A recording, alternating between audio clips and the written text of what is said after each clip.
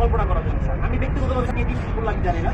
আমি ব্যক্তিগতভাবে স্যার টিচারদের স্যার আমি প্রমাণ করতে আমি কথা বলতে পারি না আমার ওয়াইফের সাথে, আমার বাচ্চাকে আমি দেখতে পারি না স্যার। আমি এক প্রকার মানে লুকিয়ে আমি চলে গেছি, এরকম একটা পর্যায়ে গেছি স্যার। আমাদের এই যে অধঃপতন স্যার, বাহিনী হিসেবে যে পরিচয় দিব আমি পুলিশ, এই পরিচয় দিতে স্যার ভয় লাগে, লজ্জা লাগে স্যার।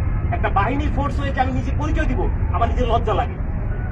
আমাদের আমি একটা ছোট উদাহরণ দিই স্যার, আমি আসার পর যতটুকু দেখছি, এই যে জাতীয় সংসদ নির্বাচন শেষ যে নির্বাচনটা হয়ে গেছে স্যার, এই নির্বাচনে একক যে নির্বাচনটা হয়ে গেছে, পুলিশকে ব্যবহার করে যে নির্বাচনটা হয়ে গেছে, নির্বাচনে সারা বাংলাদেশে এককভাবে মামলা হয়েছে স্যার।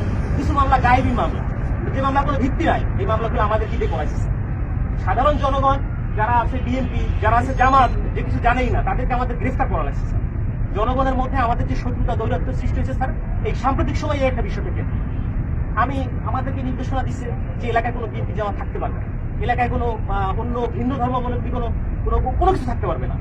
আমার এসপি স্যারকে তো আর মানুষ জানে না যে এটা আমার এসপি স্যারের কমান্ড ছিল, আমার ডিএজি স্যারের কমান্ড ছিল, এটা তো মানুষ জানে না। মানুষ জানে যে এটা আমি একজন সাব ইন্সপেক্টর, আমি এটা করছি।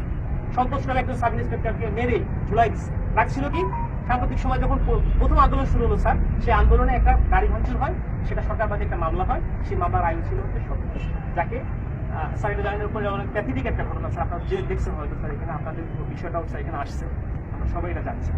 তো এইরকম স্যার অনেক বিষয় আছে স্যার, আমরা কথা বলার কোনো সুযোগ থাকে না।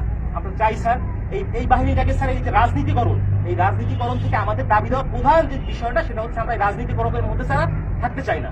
আমাদের স্যার এখানে কর্মবিরতি চলমান আছে স্যার, আমরা কর্মবিরতি নিয়েছি সারা বাংলাদেশে একই অবস্থা স্যার। এখানেও স্যার আমরা যখন প্রথম এখানে আসছি, আমাদের ম্যাক্সিমাম সবাই স্যার সিভিলে ছিল, ম্যাক্সিমাম সবাই সিভিলে ছিলাম। জানি না আমার অফিসার ইনচার্জ, আমাদের অফিসার বলছেন আমাদেরকে সবাইকে মানে যেভাবে হোক না কেন, ফোর্সফুল হোক যেভাবে হোক, আমাদের পোশাক করতে সেই বাধ্য শেষে আমি স্যার পোশাক করি না। তার মানে স্যার এরা যে আমি চাকরি করবো না, আমি একটা এডুকেটেড পার্সন স্যার, আমি ফিজিক্সে মাস্টার্স করছি ঢাকা কলেজ থেকে, আমিও স্যার এই যে ছাত্র আন্দোলন করছি, আমিও পক্ষে। বাট এই পুলিশের সাথে সে প্রত্যেকটা হত্যাকাণ্ডের স্যার বিচার হোক, ছাত্র 200, 300, 400, 500 যা মারা গেছে, এটা বিচার হোক স্যার। আমরা চাই আমাদের যে সকল সিনিয়ররা স্যার কমান্ড করছে, যারা এগুলা করছে, তারা পার পেয়ে গেল কেন? তারা কিভাবে স্যার পার পেল? আমার এই প্রশ্নটা স্যার আমার থেকে যায় স্যার। কেন যারা অন্যায় করলো, যারা আমাদেরকে মানুষের কাছে শত্রু হিসেবে দাঁড় করাই দিল, তারা কেন স্যার পালিয়ে গেল? তাদেরকে কেন কেউ আটকালো না স্যার? আমরা যারা এই ফিল্ড পর্যায়ে ফিরে গেছি, প্রত্যেকটা মানুষের সাথে মিশে গেছি, আমরাই স্যার বিপদগ্রস্ত, আমরা বিপদগ্রস্ত। কিন্তু স্যার দেখেন বাংলাদেশে এখন পর্যন্ত কতজন পুলিশ মারা গেছে, এই মারার সংখ্যাটা কতজন মারা গেছে, এই সংখ্যাটা আমরা এক্স্যাক্টলি জানি না স্যার। একটা বাহিনী হিসেবে আমরা পরিচয় দিচ্ছি, বাট আমি জানি না যে আমার ফোর্স, আমার অফিসার রাস্তায় পড়ে আছে, কুকুরে লাশ খাচ্ছে স্যার। এই কথা দেখার মতো, বলার মতো কেউ নাই। আমরা আসছি স্যার যে আমরা একটা কার্যক্রম শুরু করবো, আপনারা এটা করেন ওইটা করেন, এটা না স্যার। আগে বুঝতে হবে স্যার আমাদের জায়গাটা কোন জায়গায় স্যার, আমাদের চাহিদাটা কোন জায়গায় স্যার, এটা উপলব্ধি করতে হবে স্যার। আপনারা আসছেন স্যার, আপনারা এই ক্লান্তি লগ্নে স্যার বাংলাদেশ সেনাবাহিনী সবসময় আপনারা বাংলাদেশের সাথে ছিলেন, ওতপ্রোতভাবে জড়িয়ে আছেন স্যার। আমরা চেষ্টা করি স্যার। এখন আমার বন্ধু বান্ধব অনেকে আছে যারা আমাকে নিয়ে ঘৃণা করতো, আমাকে খোঁচা মারতো, পোক করতো, তারাই বলতেছে যে না দোষ, চলে কাজ কর, শুরু কর, উপলব্ধি করতেছে স্যার। বাংলাদেশে সর্বপ্রথম স্বাধীনতার যুদ্ধে বাংলাদেশ পুলিশ রাজারবাগে যে প্রতিরোধ গড়ে তুলেছিল, এটা তো অস্বীকার করার স্যার কিছু নাই। সারা বাংলাদেশের পুলিশের অবদান স্যার, অনস্বীকার যে অবদান, এটা অস্বীকার করার কোনো সুযোগ নাই। কিন্তু এই যে দলীয়করণ, এই দলীয়করণটা স্যার আমরা চাই। আমরা দলীয় কোনো করণের মধ্যে আমরা থাকতেই চাই না স্যার। আমাদের প্রধান পয়েন্ট হচ্ছে এইটা, আমরা চাই পুলিশ একটা নিরপেক্ষ স্বচ্ছ বাহিনী হোক। আমরা স্যার মানে আমরা যে এই যে ইউনিফর্মটা পরে রাস্তায় বের হবো, আমাকে অমুক দলের লোক তমুক দলের লোক আমাকে ব্যবহার করবে, আমরা এটা চাই না স্যার। আমরা এখান থেকে বের হয়ে আসতে চাই স্যার। এবং ছাত্র জনতা যারা মারা গেছেন, আমরা বলতেছি যে ঠিক আছে, স্বাধীন হয়েছে দেশ, আমরাও একত্রতা প্রকাশ করি। আমরা কিন্তু পুলিশ কর্মবিরতি দিচ্ছি কেন? যে আমাদের পুলিশ মারা গেছে এটা না, আমরা চাচ্ছি যে সারা বাংলাদেশ যেভাবে সংস্কার হচ্ছে, আমাদের বাংলাদেশ পুলিশও ঠিক একই রকম ভাবে সংস্কৃত হয়ে একটা জনগণের পুলিশ হিসেবে আমরা প্রকৃত কাজ করতে হবে স্যার। এরকম ব্যবস্থা যদি হয়, আমরা স্যার রাস্তায় আমরা মানুষের জন্য স্যার শপথ গ্রহণ করছি স্যার। অনেক চাকরি ছিল স্যার, করতে পারতাম স্যার, প্রাইমারি স্কুলে চাকরি করতে পারতাম, অন্য জায়গায় চাকরি করতে পারতাম, ব্যাংকে চাকরি করতে পারতাম। প্যাশনের কারণে স্যার এখানে আসছি স্যার।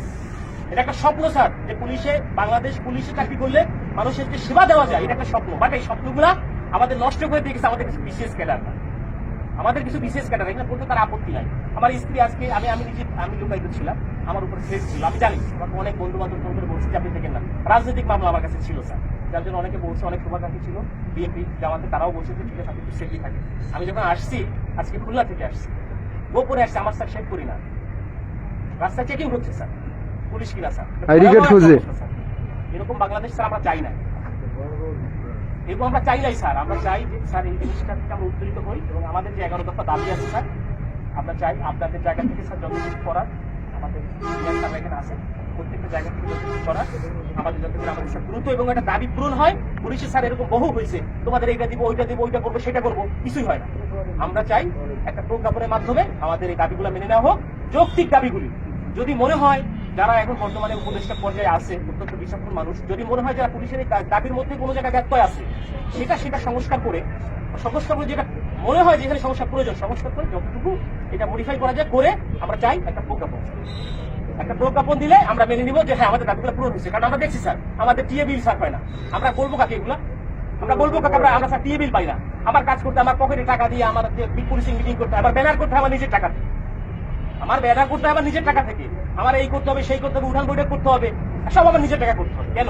আমার বেতনের টাকা স্যার আমি কোনো জায়গায় খরচ করতে পারবো না। এক কথায় শেষ, সরকারের প্রতি কাজ করতেছি, সরকার আমার বেতন দিবে, আমি আমার পরিবারের পিছনে ব্যয় করবো। আমি কেন আমার নিজের টাকা দিয়ে আমি ব্যানার করে কেন করতে যাবো?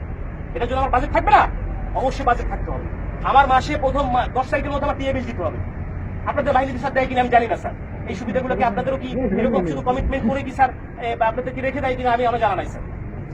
আমি যথেষ্ট মানে অনারের সাথে বললাম স্যার, কিছু মনে করা যাবে, অনেক কষ্ট স্যার আমাদের মনে, অনেক বড় কষ্ট স্যার। এখানে যারা আছে সবাই বলছে কথা বলতে হবে, এখানে স্যার আরো কষ্ট স্যার।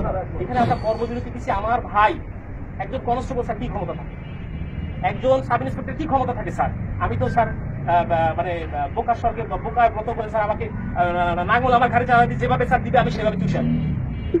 এটা তো সাধারণ মানুষ বোঝে না। সাধারণ মানুষের সাথে আমাদের এই যে ফিল্ড পর্যায়ে যারা কাজ করে আমাদেরকে